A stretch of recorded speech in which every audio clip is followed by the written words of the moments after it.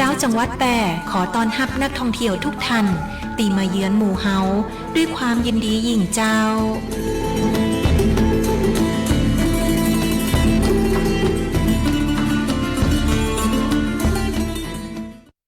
ปัจจุบันการเคลื่อนย้ายแรงงานระหว่างประเทศของไทยเริ่มเปลี่ยนแปลงโดยเฉพาะอย่างยิ่งการเคลื่อนย้ายแรงงานจากประเทศเพื่อนบ้านได้แก่เมียนมาลาวและเวียดนามโครงสร้างของประชากรที่เปลี่ยนแปลงไปสู่สังคมสูงอายุจึงมีความจำเป็นที่ต้องนำแรงงานต่างด้าวมาทดแทนกำลังแรงงานไทยที่ยังไม่เพียงพอในหลายกิจการสำนักงานจัดหางานจังหวัดแพร่เป็นหน่วยงานหลักที่ให้บริการจัดหางานแก่ประชาชนทุกกลุ่มเป้าหมายรวมถึงการควบคุมการทำงานของคนต่างด้าวซึ่งปัจจุบันได้นำระบบ e-work permit เข้ามาอำนวยความสะดวกในการให้บริการแก่นายจ้างสถานประกอบการและแรงงานต่างด้าวในกระบวนการการรับคำขอการแจ้งการทำงานของคนต่างด้าวและการผลิตใบอนุญาตการทำงานทั้งนี้สามารถรับชมวิดีทัศน์การให้บริการผ่านระบบ e-work permit ได้ที่เพจ Facebook สำนักงานจัดหางานจังหวัดแพร่หรือสอบถามรายละเอียดเพิ่มเติมผ่านแอปพลิเคชัน LINE Official S435DEAQA หมายเลขโทรศัพท์ 0545117721 หรือ 0545118807 และสายด่วนกรมการจัดหางาน 1506 กด 2 สำนักงานจัดหางานจังหวัดแพร่มุ่งให้นายจ้างและแรงงานต่างด้าวได้รับการคุ้มครองตามกฎหมายอย่างเป็นธรรม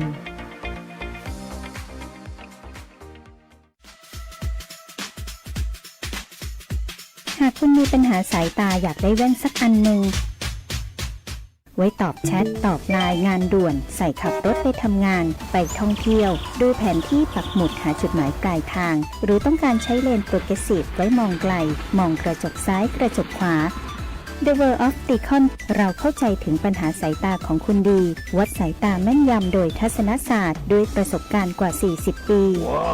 The World of Decon ช่วยคุณได้ตัวแทนจำหน่ายแว่นตานาฬิกาพร้อมบริการหลังการขายมาเลยที่ The World of Decon มุมแยกกาดน้ำทองถนนภูเก็ตตำบลนาจักรอำเภอเมืองแพร่จังหวัดแพร่โทร0819520545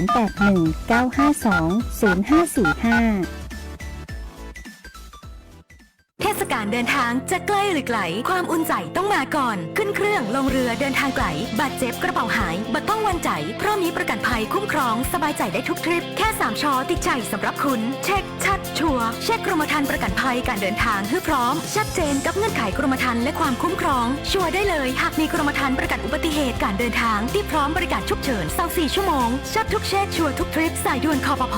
1186คปภคุ้มครองผู้ทำประกันภัยคุ้มครองคุณ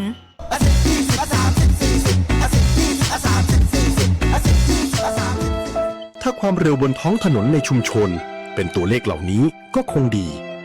แต่ในความเป็นจริงยังมีผู้ขับขี่ใช้ความเร็วสูงและการขับรถเร็วเกินกฎหมายกำหนดยังเป็นสาเหตุหลักที่ทำให้เกิดอุบัติเหตุเดินทางถึงบ้านอย่างปลอดภัยขับขี่ด้วยความใส่ใจอย่าขับเร็วอย่าขับซิ่งขับขี่ปลอดภัยลดความเร็วลดอุบัติเหตุด้วยความปรารถนาดีจากกองทุนเพื่อความปลอดภัยในการใช้รถใช้ถนนและสำนักงานขนส่งจังหวัดแพร่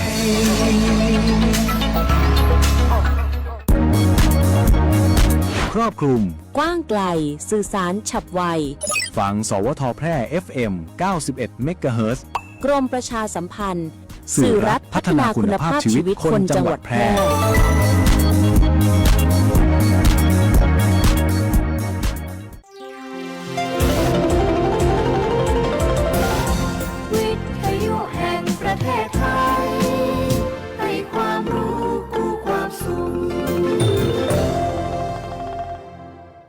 ท่านผู้ฟังกำลังให้เกียรติติดตามรับฟังสถานีวิทยุกระจายเสียงแห่งประเทศไทยจังหวัดแพร่ทำการส่งกระจายเสียงด้วยระบบ FM Stereo Multiplex ความถี่ 91 เมกะเฮิรตซ์ จากนี้ไปรับฟังรายการรักสิ่งแวดล้อม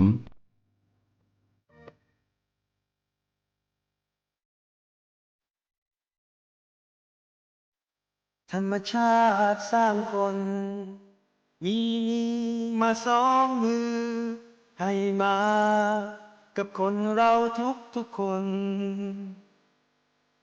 เอาไว้คอยประคองป้องกันไว้ดูแลให้โลกยังคงมีเราทุกคน ได้อยู่อาศัยรวมกันมา อยู่กันแสนล้านคนลงมือคนละมือช่วยกันถ้าเรายังเห็นคุณค่าในเมื่อเราเป็นคนทั้งทีช่วยกันทำให้ดีดีกว่ารวมใจเข้ามาคอยรักษาโลกเราไว้ให้โลกเราสวยพวกเรามาช่วยกันรับรู้ด้วยกันแล้วทำให้โลกนี้สดใสอยากให้โลกน่าอยู่กว่านี้เป็นโลกที่เราฝันไปจะสวยอย่างไรเป็นไปได้ด้วยมือของเรา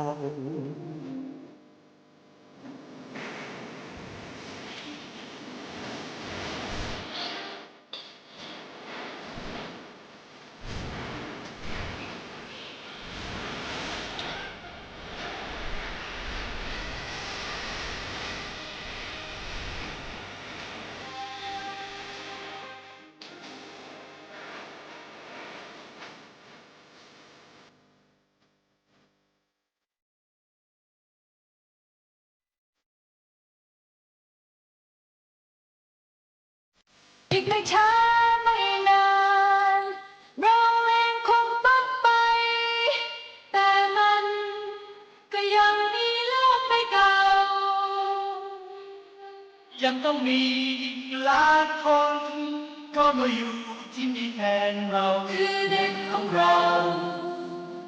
เด็กที่เขาไม่ได้เรียนสายให้โลกเราสวยพวกเรามาช่วยกันรับรู้ด้วยกันแล้วทำให้โลกนี้สดใสอยากให้โลกน่าอยู่กว่านี้เป็นโลกที่เราฝันใฝ่จะสวยอย่างไรเป็นไปได้ด้วยมือของเราอยู่ที่มือของเราที่จะทำเอาให้ได้อย่างไรอยู่ที่มือของเราที่จะทำเอาให้สดใส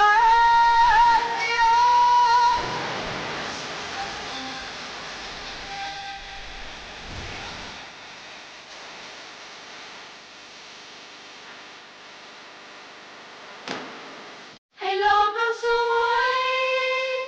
พวกเรามาช่วยกันรับรู้ด้วยกันแล้วทำให้โลกนี้สดใสอยากให้โลกมาอยู่ฝันนี้เป็นโลกที่เราฝันใฝ่จะสวยอย่างไร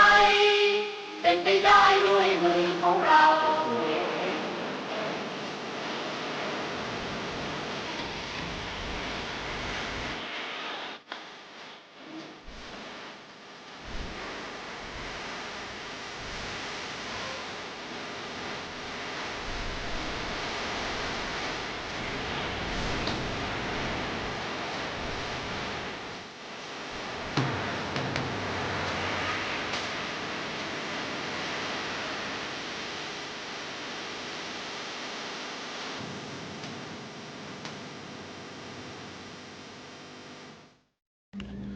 สวัสดีครับผู้ฟังทุกท่านครับพบกับรายการรักสิ่งแวดล้อมทางสวทแพร่ FM 91 เมกะเฮิรตซ์ครับ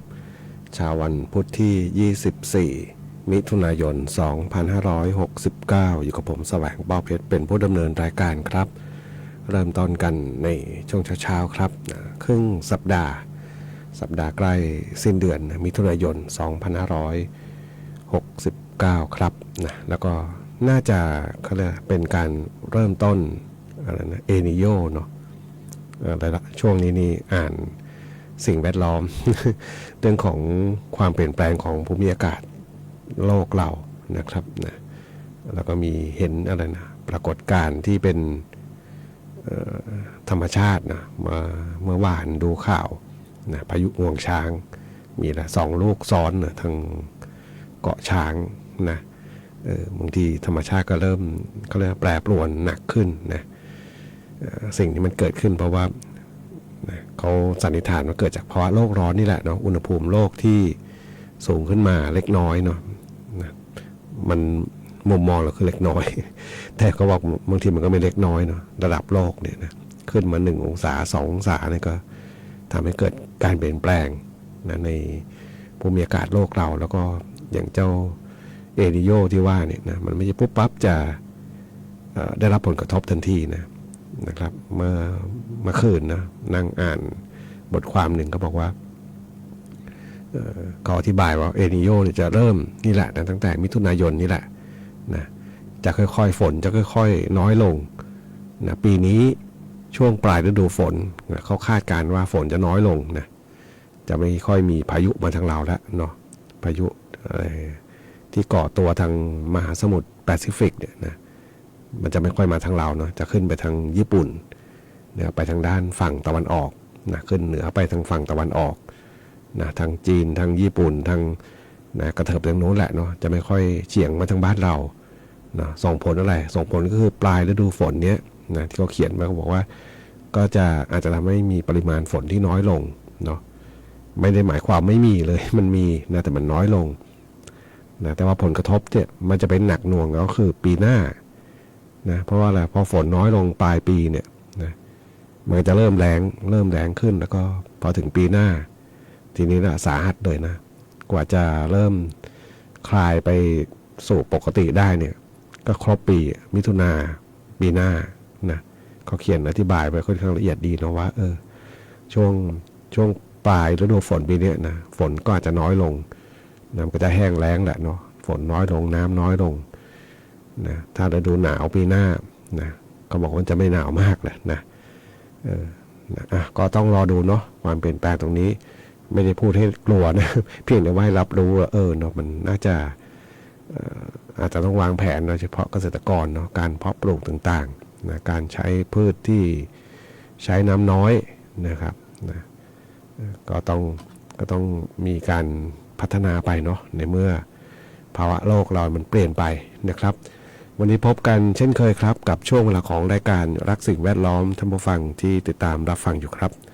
บทเพลงเพื่อชีวิตอยากจะฟังเพลงไหนอย่างไรครับแล้วก็สามารถที่จะแนะนำได้ครับทางโทรศัพท์0545235516ครับนะแฟนเพจก็พิมพ์คอมเมนต์ไว้ได้กับช่วงเวลาของรายการรักสิ่งแวดล้อมครับ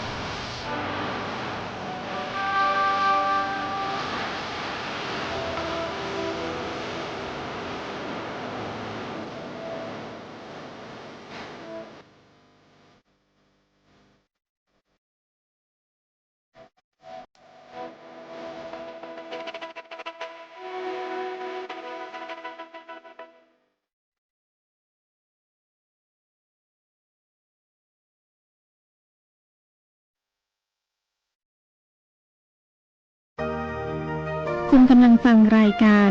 รักสิ่งแวดล้อมพบกันทุกวันจันทร์ถึงวันศุกร์เวลา 9:10 นาทีถึง 10 นาฬิกาทางสถานีวิทยุกระจายเสียงแห่งประเทศไทยจังหวัดแพร่ โลกเราสวยพวกเรามาช่วยกัน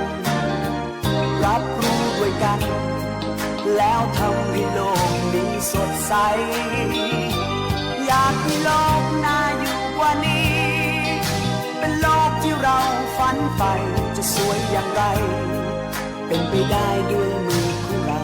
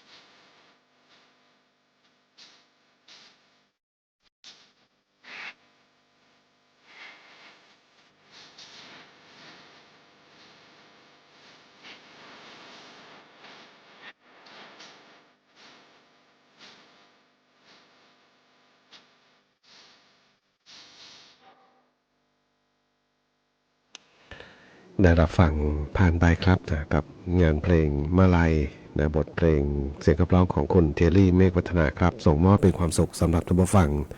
ที่ติดตามรับฟังรายการรักสิ่งแวดล้อมครับนะแล้วก็ขอบคุณ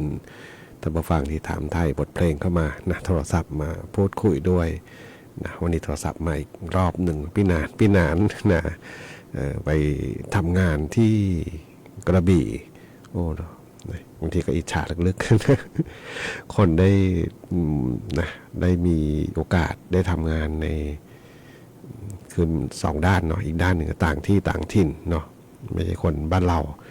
นะไปอยู่ภาคใต้แล้วทำงานเนาะแต่ก็เรื่องของการท่องเที่ยวเนาะนะครับลงไปก็น่าจะไม่รู้มีความสุขหรือเปล่าลืมถาม ขอบคุณอีกครั้งหนึ่งนะแล้วก็บอกเล่าต่างๆเนาะไปอยู่หลายที่เลยนะก็ถือว่าเป็นประสบการณ์ชีวิตเนาะนะครับนะก็เป็นท่านผู้ฟังทางเมืองแพร่ทางร้องกวางเนาะนะครับกลับมาบอกพักกลับมาช่วงนี้กลับมาพักก็มาอยู่ทางบ้านเรานะครับเรื่องของสิ่งแวดล้อมนะครับนะเรื่องของสิ่งแวดล้อมนะที่ก็ต้องบอกว่าช่วงนี้เนี่ยนะปัญหาเรื่องของสิ่งแวดล้อมนะถ้าภาพรวมๆก็น่าจะภาวะโลกร้อนนี่แหละนะที่ถือว่าเป็นปัญหาภาพรวมของมนุษย์เรานะครับนะหลายครั้งเนาะกระแสภาวะโลกร้อนกระแสเรื่องของสิ่งแวดล้อมเนี่ยนะเรามักจะ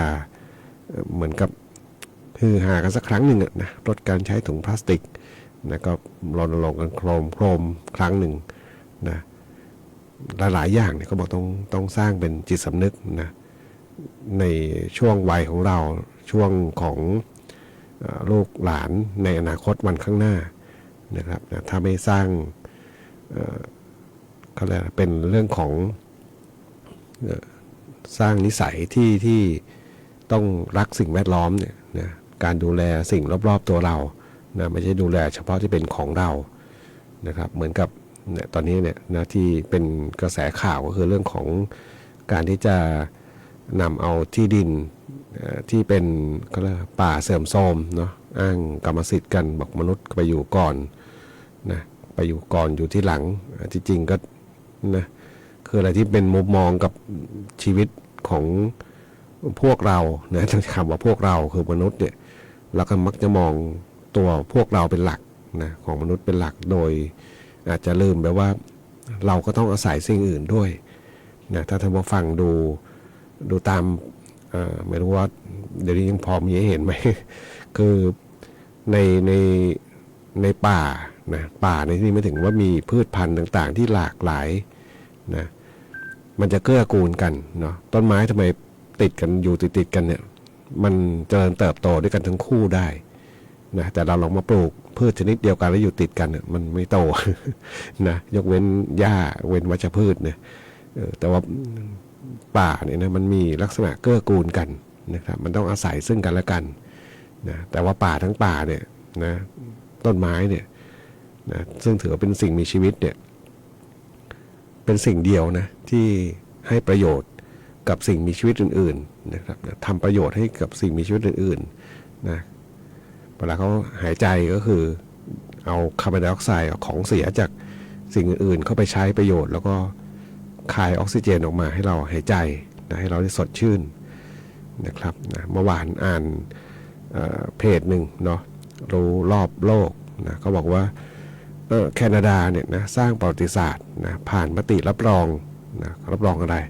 รับรองต้นไม้คือสิ่งมีชีวิตนะที่มีสิทธิ์นะเขาให้สิทธิ์ต้นไม้ด้วยนะวิธีคิดเขาก็นะก็คือบอกว่าที่แคนาดาเนี่ยนะที่เป็นเมืองเล็กๆนะเมืองเทรัสโวเดนะนี่เขาเขียนมาภาษาไทยผมอ่านภาษาไทยนี่แหละนะรัฐควิกเบกนะเป็นเมืองขนาดเล็กทางด้านตะวันตกของ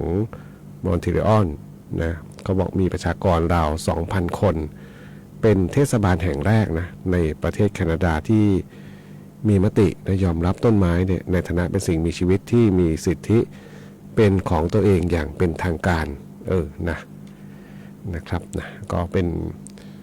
เขาเรียกนะเป็นความก้าวหน้าขั้นหนึ่งของมนุษย์เราเนาะหลายๆคนมองสิ่งมีชีวิตอื่นๆเนี่ยนะเหมือนกับบางทีก็ไม่ได้มีคุณค่าอะไรเนาะคือทำลายเพื่อที่จะยึดถือครอบครองนะเหมือนกับบ้านเราหรือว่าอาจจะใกล้ๆบ้านเราด้วยนะการทำลายป่าการทำลายพื้นที่ต่างๆเข้าไปเพื่อที่จะครอบครองเป็นของเรานะโดยมองข้ามอื่นๆนะมองข้ามโทษพิษภัยอื่นๆที่อาจจะตามมานะโรคบางโรคก็เกิดจากมนุษย์ไปลุกลานป่านี่แหละนะครับภัยธรรมชาติก็ส่วนหนึ่งนะครับอันนี้ก็อ่านแล้วก็มาเล่าให้ฟังเนาะว่าบางทีในโลกเราเนี่ยก็มีอีกมุมหนึ่งนะของมนุษย์ที่นะนึกถึงสรรพสิ่งนะสิ่งมีชีวิตอื่นๆที่เกื้อกูลกับชีวิตมนุษย์เราด้วยนะครับไปฟังเพลงกันต่อครับกับช่วงเวลาของรายการรักสิ่งแวดล้อมทางสวทแพร่ FM 91 เมกะเฮิรตซ์ครับ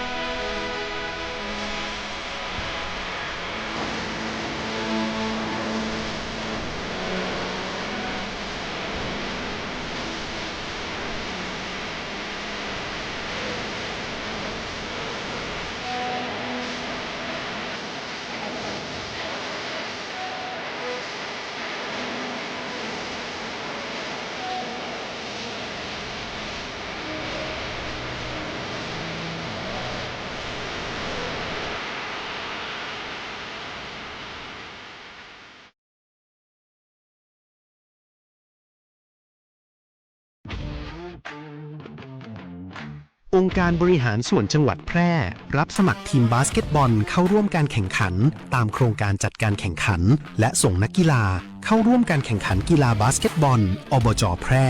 ประเภทการแข่งขันบาสเกตบอลทั่วไปรุ่นอายุไม่เกิน17ปีชายต้องเกิดก่อนปีพ.ศ. 2552 ขึ้นไปรุ่นประชาชนชายไม่จำกัดอายุบาสเกตบอล3คนรุ่นอายุไม่เกิน15ปีชายต้องเกิดก่อนปีพ.ศ. 2554 ขึ้นไปรุ่นอายุไม่เกิน17ปีชายต้องเกิดก่อนปีพ.ศ. 2552 ขึ้นไปรุ่นประชาชนชายรุ่นประชาชนหญิงแข่งขันตั้งแต่วันที่ 1 ถึง 10 กรกฎาคม 2569 ณ โรงยิม 1,000 ที่นั่ง องค์การบริหารส่วนจังหวัดแพร่ สมัครได้ตั้งแต่บัดนี้ไปจนถึงวันที่ 24 มิถุนายน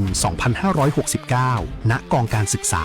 ศาสนา และวัฒนธรรม องค์การบริหารส่วนจังหวัดแพร่ ในวันและเวลาราชการเท่านั้น สอบถามเพิ่มเติม ฝ่ายส่งเสริมการศึกษา โทร 054-532-485 ต่อ 602 หรือติดต่อพี่โต โทร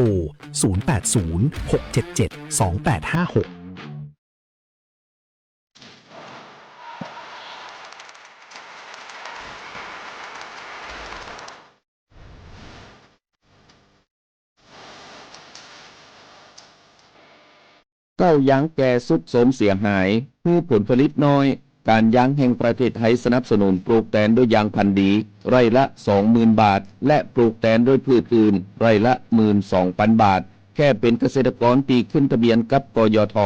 มีส่วนบนตู้ที่ดินถูกกฎหมายเก้ายางอายุเกิน25ปียื่นกำขอดได้ตามสิทธิ์เลือกรูปแบบปลูกแตนทั้งปลูกยางพันธุ์ดีไม่ยืนต้นเศรษฐกิจ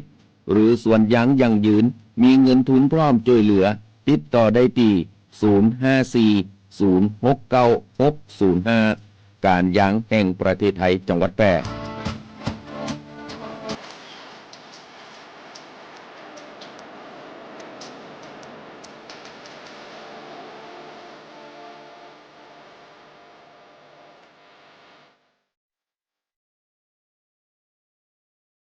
ปัจจุบันการเคลื่อนย้ายแรงงานระหว่างประเทศของไทยเริ่มเปลี่ยนแปลงโดยเฉพาะอย่างยิ่งการเคลื่อนย้ายแรงงานจากประเทศเพื่อนบ้านได้แก่เมียนมาลาวและเวียดนามโครงสร้างของประชากรที่เปลี่ยนแปลงไปสู่สังคมสูงอายุจึงมีความจำเป็นที่ต้องนำแรงงานต่างด้าวมาทดแทนกำลังแรงงานไทยที่ยังไม่เพียงพอในหลายกิจการสำนักงานจัดหางานจังหวัดแพร่เป็นหน่วยงานหลักที่ให้บริการจัดหางานแก่ประชาชนทุกกลุ่มเป้าหมายรวมถึงการควบคุมการทำงานของคนต่างด้าวซึ่งปัจจุบันได้นำระบบ e-work permit เข้ามาอำนวยความสะดวกในการให้บริการแก่นายจ้างสถานประกอบการและแรงงานต่างด้าวในกระบวนการการรับคำขอการแจ้งการทำงานของคนต่างด้าวและการผลิตใบอนุญาตการทำงานทั้งนี้สามารถรับชมวิดีทัศน์การให้บริการผ่านระบบ e-work permit ได้ที่เพจ Facebook สำนักงานจัดหางานจังหวัดแพร่หรือสอบถามรายละเอียดเพิ่มเติมผ่านแอปพลิเคชัน LINE Official S435DEAQA หมายเลขโทรศัพท์ 054-511-721 หรือ 054-511-807 และสายด่วนกรมการจัดหางาน 1506 กด 2 สำนักงานจัดหางานจังหวัดแพร่มุ่งให้นายจ้างและแรงงานต่างด้าวได้รับการคุ้มครองตามกฎหมายอย่างเป็นธรรม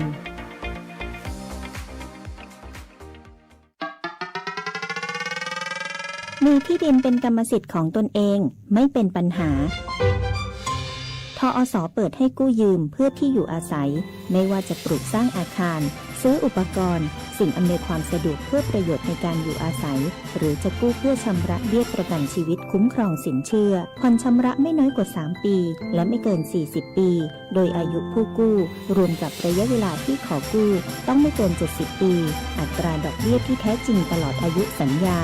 สินเชื่อปลูกสร้างที่อยู่อาศัยบนที่ดินของตนเองสินเชื่อสำหรับลูกค้าปลูกสร้างที่อยู่อาศัยบนที่ดินที่เป็นกรรมสิทธิ์ของตนเองสนใจแอดไลน์ GHB Buddy ทอส.แพร่โทร 054-621-490-5 หรือสอบถามเพิ่มเติมธนาคารอาคารสงเคราะห์ใกล้บ้านคุณกำลังฟังรายการรักสิ่งแวดล้อมพบกันทุกวันจันทร์ถึงวันศุกร์เวลา 9:10 นาทีถึง 10 นาฬิกาทางสถานีวิทยุกระจายเสียงแห่งประเทศไทยจังหวัดแพร่โลกเราสวย วกเรามาช่วยกัน รับรู้ด้วยกัน แล้วทำให้โลกมีสดใส อยากให้โลกน่าอยู่กว่านี้ เป็นโลกที่เราฝันใฝ่จะสวยอย่างไร เป็นไปได้ด้วยมือของเรา ค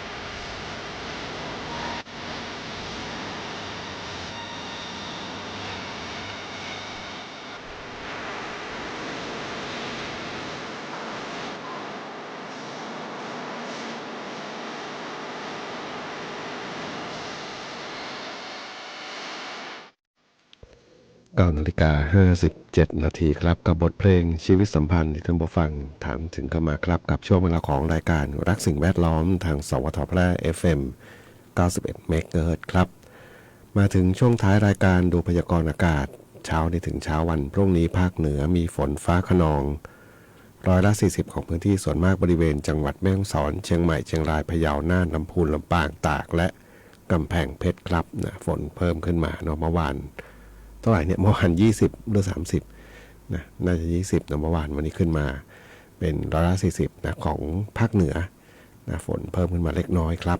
วันนี้รายการรักสิ่งแวดล้อมทางสวทแพร่ FM 91 เมกะเฮิรตซ์คงต้องนำรายการท่านผู้ฟังไปก่อนพบกันใหม่ในวันพรุ่งนี้ขอความสุขความโชคดีจงมีแด่คุณผู้ฟังทุกท่านสำหรับวันนี้สวัสดีครับ